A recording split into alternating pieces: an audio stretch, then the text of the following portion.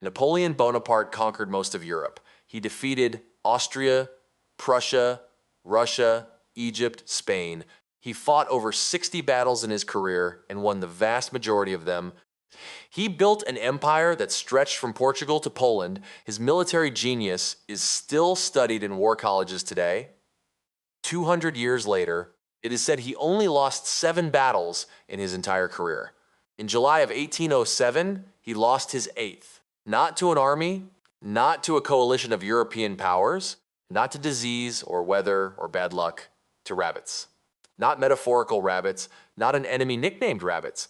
Actual rabbits, fluffy, small, entirely harmless rabbits that chased the Emperor of France across a field, climbed up his legs, staggered him, and forced him to flee in his carriage while they jumped onto it, trying to follow him inside.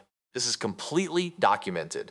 It was recorded in the memoirs of Baron Thibaut, a general who was present that day. The memoirs were not published until 1895, over 70 years after Napoleon's death.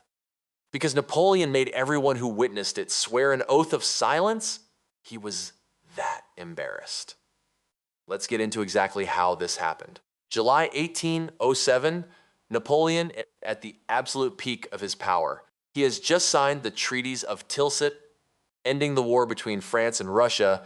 Tsar Alexander of Russia and King Frederick William of Prussia had both sat across from Napoleon and treated him as their equal. Napoleon had just forced 2 of the most powerful rulers in Europe to the negotiating table and won. He is in a genuinely fantastic mood. And when Napoleon is in a fantastic mood, he wants to go hunting, rabbit hunting specifically. This was completely normal for the French military elite. You sign a major peace treaty. You celebrate with a hunt. Perfectly standard.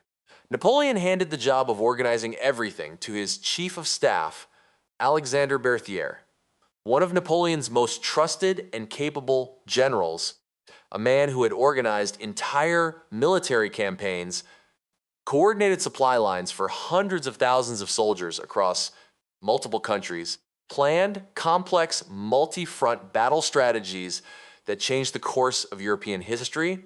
Surely he could organize a rabbit hunt. Berthier was also motivated to do an exceptional job. Napoleon had just given him the title of Prince of Neuchâtel, so this was also a personal thank you. He organized a beautiful outdoor breakfast on his estate outside Paris, invited the biggest names in the French military, arranged a gorgeous field with everything prepared, and then he needed the rabbits. Here is where the catastrophic mistake happens. Berthier instructed his assistant to go out and collect rabbits for the hunt. The plan was simple: cage the rabbits around the edges of the field, release them when Napoleon gave the signal, rabbits scatter in terror across the field, Napoleon and his generals shoot them. Everyone has a wonderful afternoon. The assistant went out and got the rabbits. What Berthier did not specify, what he apparently assumed was completely obvious, was that the rabbits needed to be wild rabbits. The assistant did not get wild rabbits. The assistant went to local farms and bought domesticated rabbits, barn rabbits, rabbits that had spent their entire lives living around humans, rabbits that had been hand-fed since birth, rabbits that associated the sight and smell and sound of approaching humans with one thing and one thing only: feeding time. Somewhere between several hundred and 3,000 domesticated farm rabbits sat in cages around the edges of the field, waiting, and not one person checked. Napoleon arrives. Breakfast is excellent.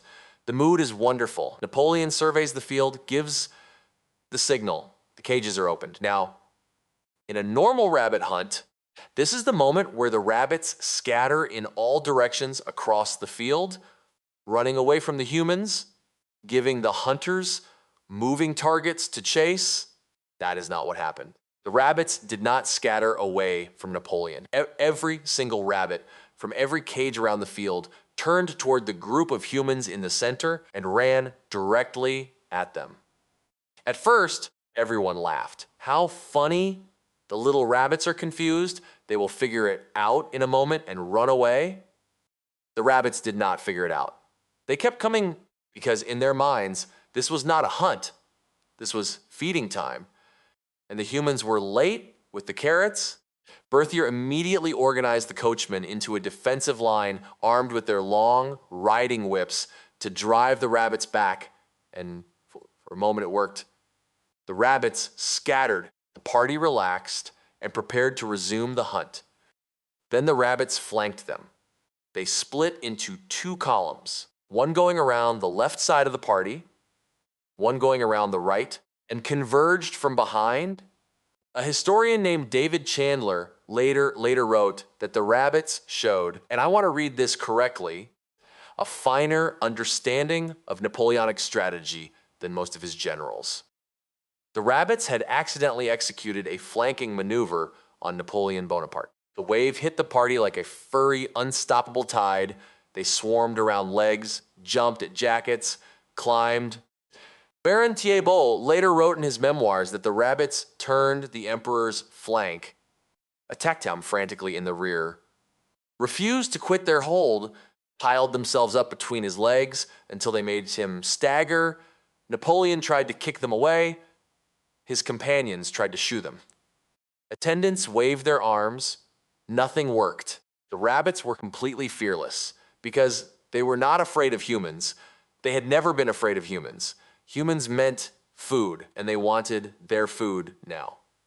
Napoleon Bonaparte, conqueror of Europe, veteran of 60 battles, man who had stared down the armies of Austria and Russia and Prussia, had to retreat from rabbits. He actually retreated.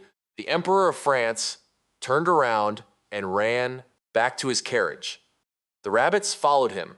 They chased Napoleon to his carriage, and when he got in, some of them jumped on, clinging to the sides, some reportedly making it inside the carriage itself. Before his coachman managed to pull away, Baron Thibault concluded the story in his memoirs with these exact words. The rabbits forced the conqueror of conquerors, fairly exhausted, to retreat and leave them in possession of the field, only thankful that some of them had not succeeded in scaling the back of the emperor's carriage and getting themselves borne in triumph to Paris. The field belonged to the rabbits. After the chaos, Berthier investigated what had gone wrong. The answer was simple. His assistant had gone out with instructions to collect rabbits and had come back with rabbits. He had not known, had not been told, had not apparently considered that there could be any difference between a rabbit and a rabbit. One word: wild. One specification that took 2 seconds to say, and the entire disaster never happens. Instead, Berthier had to face Napoleon and explain that the reason the Emperor of France had been chased across a field, staggered, and forced to flee in his carriage was that his assistant bought the wrong kind of rabbit. Napoleon made everyone present swear an oath of silence.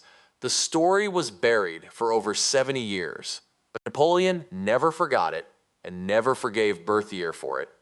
Years later, when Napoleon accidentally shot one of his marshals during a completely different hunting trip, he forced Berthier to take the blame publicly because he was still furious about the rabbits. So there it is. Napoleon Bonaparte, at the absolute peak of his power, fresh off signing one of the greatest diplomatic victories of his career, celebrated by organizing a rabbit hunt, and lost. Not because the rabbits were dangerous, not because Napoleon was weak or unprepared, but because one assistant, given one job, made one assumption and bought the wrong kind of rabbit. Sometimes the greatest military mind in the world is no match for a barn animal that thinks you are holding a carrot. This has been Stick Happens.